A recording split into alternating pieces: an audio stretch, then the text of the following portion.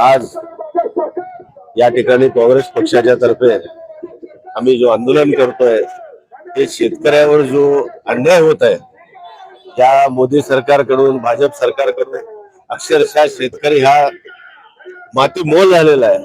कालचीच घटना 1 रुपया 40 पैशाने इथे कांदा विकला गेला मार्केट। इथं या ठिकाणी शेतकऱ्याची लूट चाललेली आहे। त्यामुळे अन्यायाला वाचा फोडण्यासाठी काँग्रेस पक्षातर्फे आदरणीय खासदार प्रणिताई शिंदे यांच्या नेतृत्वाखाली आज आम्ही आंदोलन करत आहोत। सरकारने आता सुद्धा जागे व्हावं, शेतकऱ्याची बददुआ घेऊ नये। जर शेतकऱ्याची बददुआ लागली तर हे सरकार लवकरच 4 महिन्यात चित होऊन जाणार आहे। पुढची बददुआ घ्या, या कष्टकरी शेतकऱ्या राजाची बददुआ घेऊ नका।